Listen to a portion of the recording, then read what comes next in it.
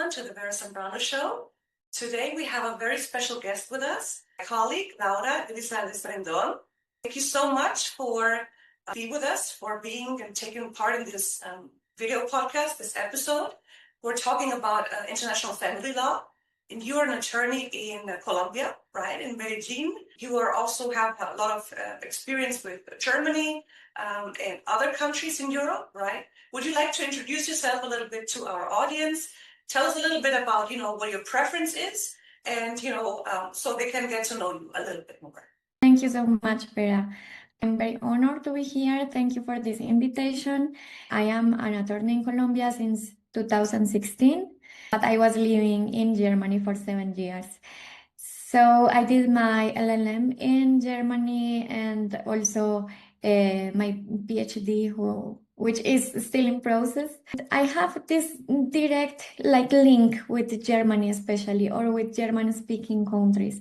But in general, since I work for Linceus law firm, it's an international law firm, we have clients from Europe and from Asia and the United States especially. I am focused on commercial law, but we work in teams. And in our team, we have dealt with a lot of family cases, me directly even, because it's so complicated to get the real coordination between different jurisdictions. Thank you so much for explaining, a little bit about your background. And as you know, we have the international law firm that is based in the United States and in Germany. And we have a lot of those, international child abduction, kidnapping cases in all kind of forms. It's always high conflict, right? And you have a lot of experience in those cases, high conflict as well. So let's just jump right into, our interview, our little questionnaire, right? About, what are the most frequent questions when clients come to us. They usually have a lot of, questions up front, what to do. So how would you define the international parental child abduction, and how is it differentiated from the domestic custody interference? International parental abductions occurs when a parent or sometimes another member of the family removes or retains a child in a foreign country. And this is made in a breach of the other parent's custody rights under the law where the child has the habitual residence. So the biggest distinction here is from child abduction to domestic custody interference is the cross-border element. So once the child is moved from one country to another, Yes. We are talking about two sovereign legal systems and Yes. Potentially also different languages, different procedures, different rules, and no automatic enforcement of the orders of one country to the other country. So we need to work with international cooperation. Correct, and that's where it gets very complicated, right? Because we don't rely anymore on our own jurisdiction, and we have to see, can we cooperate, and how can we cooperate with the other country when they cross the border to another jurisdiction, right? And that's where it gets really, really tough, and also very emotional for the parents usually, right? Because they fear that they cannot get back the child. They don't know how long it takes. There are a lot of uncertainties, right? A lot of difficulties that we have to solve for them, find a solution, right? And what would you say are the most common circumstances that lead to the international child abduction in practice, in real life? Common element is the breakdown of a binational relationship between the parents. So in the cases that we usually see, one parent is Colombian and the other is foreign, usually European or not American. And when the relationship ends, then one parent returns to their home country, and sometimes with the child, without having clear rules about when will the child coming back, even when in Colombia we needed permission of the other parent to bring the country to out of Colombia. Sometimes we also see that they live with the child with a permission for vacation, for family vacations, and they don't return back with the child. The parents don't always perceive this as abduction. So there are some triggers, economic instability or domestic violence situations. This intercultural dimension is key for us because some parents believe that the child is maybe in danger in Colombia, but it's a lot of times a misunderstanding of the culture and of the laws of Colombia. So we usually see that, before the separation starts, right? Or in the middle of high conflict proceedings, right? Or just before one or the other parent wants to get separation or divorce. Usually also it can happen that the other parent doesn't know, right? That this is going to happen because you can, if the husband or the wife, they want to prepare a separation, right? And they haven't spoken about it. They have not told the other parent, I want to separate from you, I want to break up. And they hide, they keep it secret. They might not return the child after the vacation time, right? When the child is spending legally time with them, righteous, right? In the country where they are, but they don't return the child. So that's also a big problem. And what would you say, maybe, a little bit of a side question, how can we protect the clients to tell them they have a parent in another country, right? And you never know if, someone wants to split or break up, right? How would you say, can you protect yourself against those scenarios? I would say that the most important thing here is to have written agreements. Yes. In the case of Colombia, in negotiation centers, it's called here Centro de Conciliación. It is legally enforceable. Yes, It correct. shouldn't be only like agreements, like informal agreements are not so good to enforce our cases in Yes. another country. Yes. So Okay. agreements, for example, like visitation rights agreements, right? I always tell the clients, especially US clients, because the US is such a huge country with so many states, that if a parent lives in another state, for example, they should have like a travel document or a visitation plan that says from a certain time, certain weeks of the year, the child spends it with a father or the mother. So they have a clear written agreement and they can, show and prove, right, that if the child is not returned, the other party violated that agreement.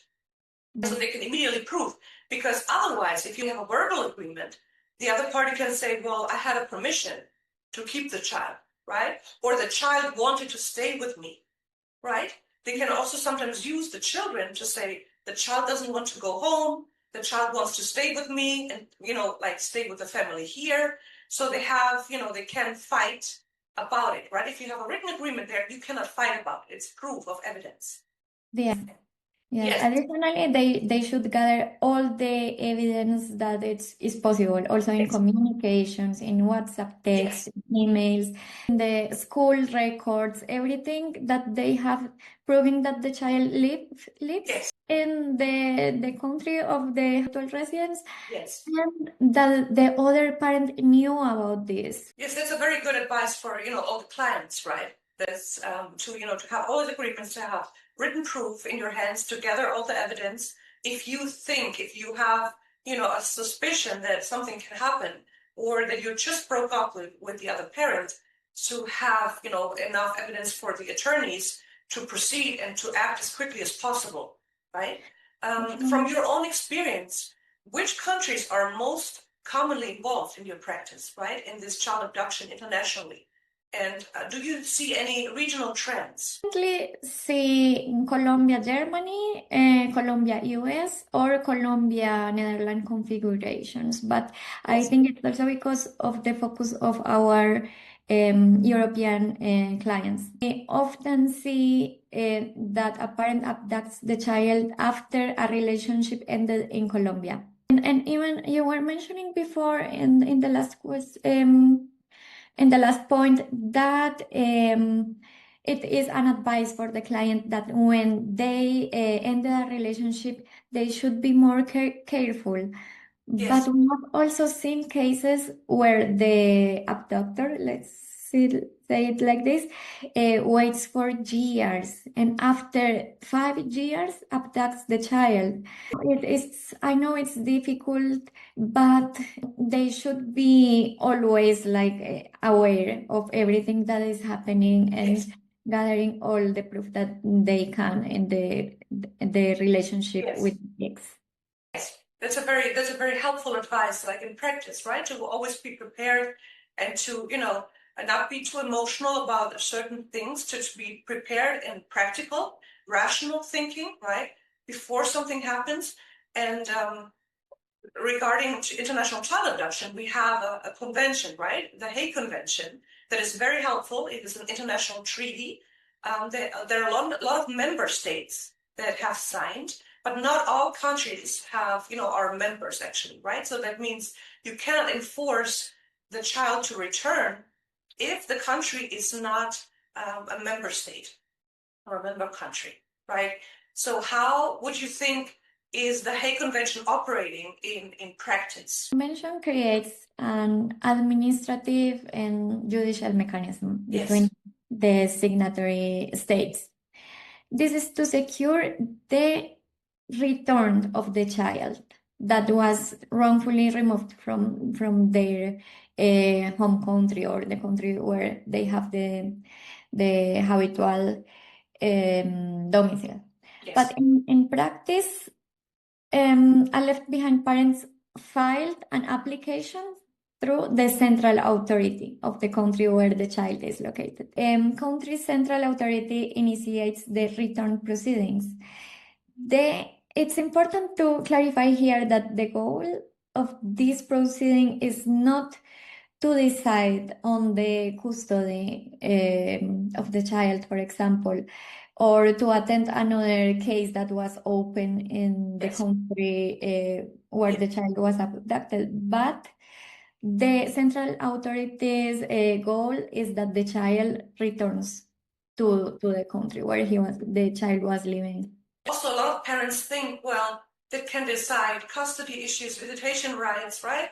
Or relocation of the children. It's not. So only the International Hague Convention should only, secure that the children or the child gets immediately gets returned to the country where they have their center of life, right, before the abduction.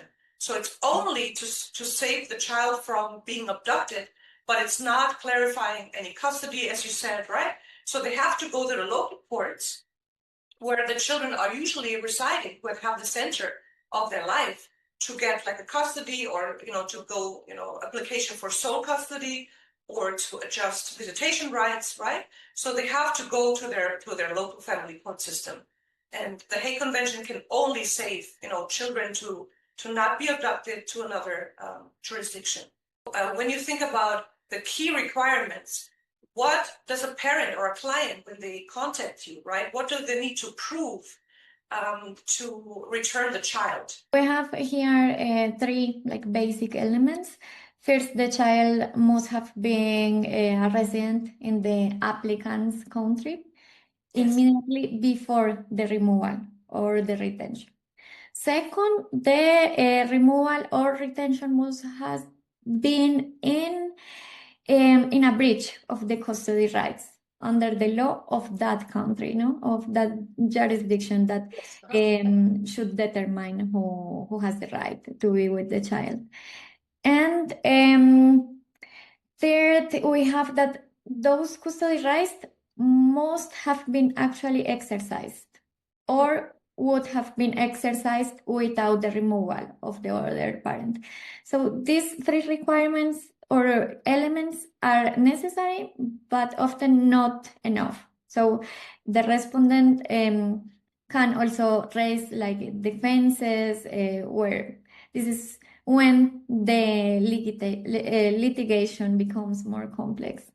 So what does it mean that you have to be exercising custody at the time when the child gets abducted, because a lot of parents don't understand this. They think, yes, I have joint custody with the other parent, and that is enough for me to say that is child abduction if the other parent does not return the child after vacation. But it's not the case. For example, it's mostly for smaller kids, is mostly the men, right? They don't live with them in the household. They only exercise visitation rights. For example, they have joint custody, but the child mainly lives with the mother, right? In this scenario, most times with little kids. And then the fathers usually, they have a fight with the mother, or, the mother says, well, you don't take care of the children, or you're not enough involved. And the father might not return the child, right? Or for some reason does not, return the child after vacation. And then the mother says, well, this is child abduction. And if the father has not exercised his custody before then, right? Meaning that he was not, seeing the children or the child, and he was not involved in them. He did not really take care of it, right? So it can be a problem, because exercising custody rights means it has to be more than just having joint custody, right? International agreements and cooperations shouldn't be used to take advantage of the situation, or tool Yes, or correct. for hurting the Yes. ex partner, or for having an advantage over the kids or the Yes. family. So you should not take revenge, right? Because the courts, they will see your motivation. The judge is very, an expert in those cases, a family court judge, right? They have a lot of those cases, and they see what kind of motivation drives the mother or the father when they go to court, right? So you cannot hide it, because they will, the personal hearing, there will be a personal hearing, right? That the mother or the father has to join. So you have to make sure that you have the right motivation, which is always the child's best interest, right? And the child's safety to not get abducted. So what would you say are the challenges that usually come with when the countries are involved, not in the Hague Convention, right? They're not member countries of this treaty. When it comes more difficult, because we don't have then a central authority that can directly address this type of cases. So we are left with only the diplomatic channels Yes. that are slower, and we need to start domestic litigation in the other country. Yes. This means that we need to cooperate with another attorney from that country, and we are before an unfamiliar systems in many cases, and hoping that that country's court will believe in the position and will protect the rights of a foreigner that is not there, because in many occasions the client cannot be there in person. We need to check also different disciplines of law, like immigration law. We need to see if the parent really can go to court.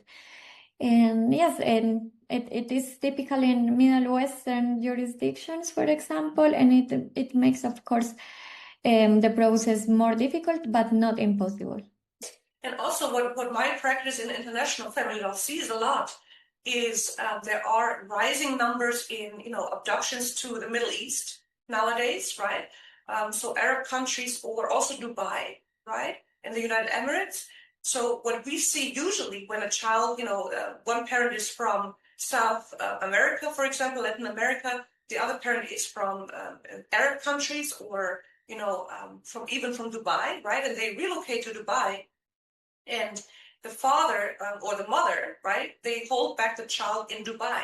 And what happens is, because Dubai is not a member country of the International Hague Convention, they will not cooperate with Colombia, with Germany, with the United States. So a lot of people think that Dubai is a modern country, right? Because you think the way of life is modern, right?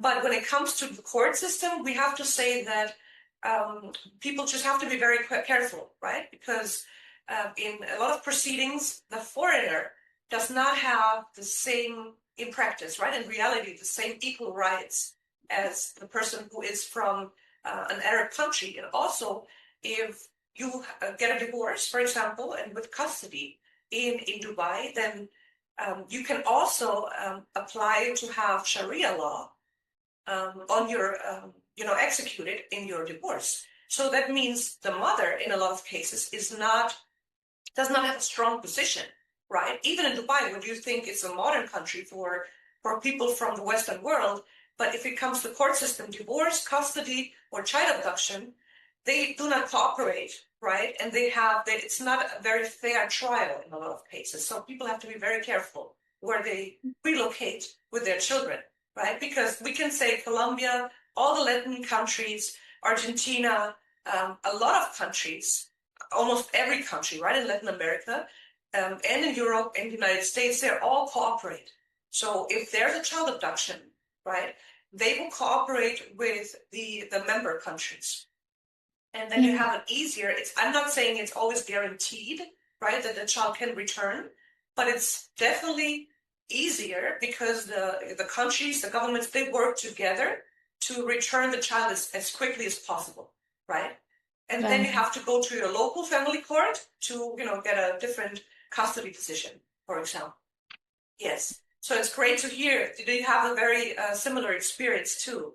That what would you say in countries where they are not member states, right, of the International Hague Convention? What would you recommend, like in practice, to your client? What to do? What is the first step that they have to do? I wanted to mention also regarding the last point, this not only legal differences between countries, but also cultural, because in Colombia, we should give both parents like the same the same position in family court. But this is something like relatively new, because before the mother had always a better place. This is a cultural characterization of Colombia. So people prefer the mother, and judges are supposed to be impartial in this, but we see that they still prefer the mother in the custody cases. Yes, very interesting. It was like that too in the United States, in a lot of states. But for example, Florida, they passed a law a couple of years ago that now, the best case scenario is that the mother and the father, they both have the same, also the same custody and visitation rights, right? From a standpoint, from, a starting point. So the mother is not in a better position when the parents split or get divorced.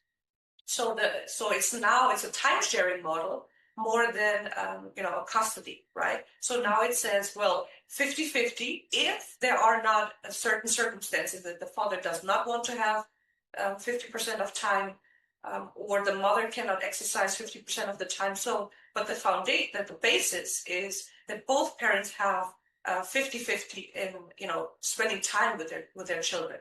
So that's like the best case scenario, right? So it also puts fathers in a much better position now, because if they want to, right, they can exercise, the rights with their children. So you have to not fight for the same 50% of time anymore.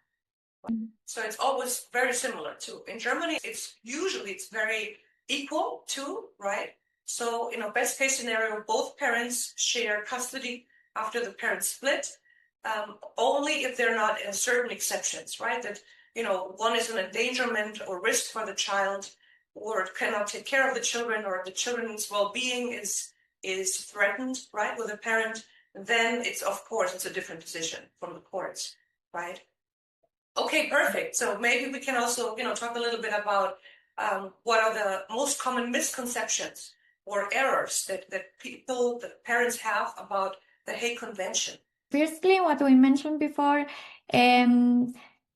that the parents are expecting when the convention resolves the convention resolves the custody dispute. It does not. It only refers to addresses the return of the child to the country who should be in charge or has the jurisdiction to resolve the custody problem. Yes, correct. So it's not, a combination of different proceedings, right?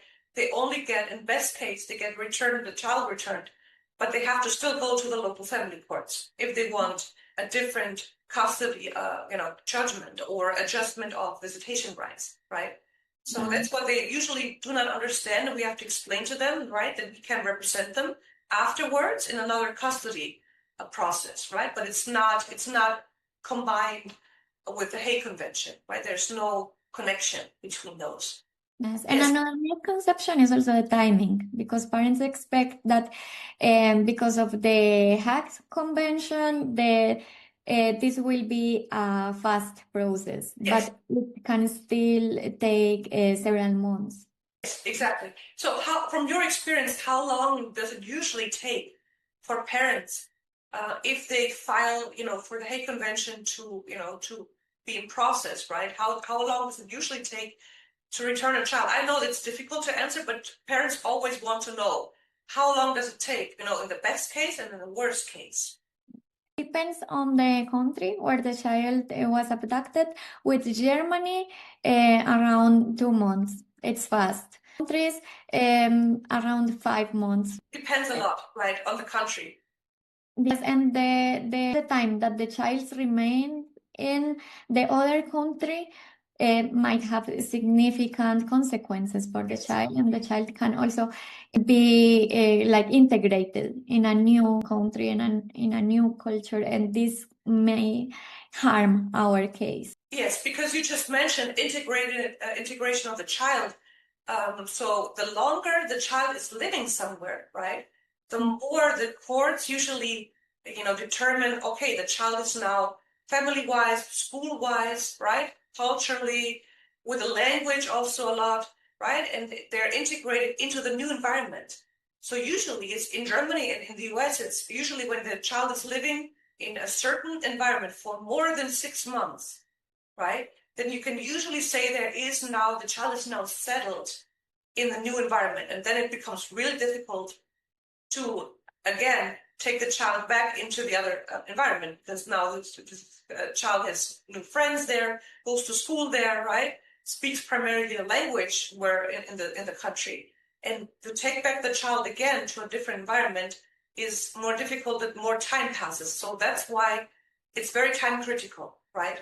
So you should never wait when you know the child is not returned and they have not taken the flight back.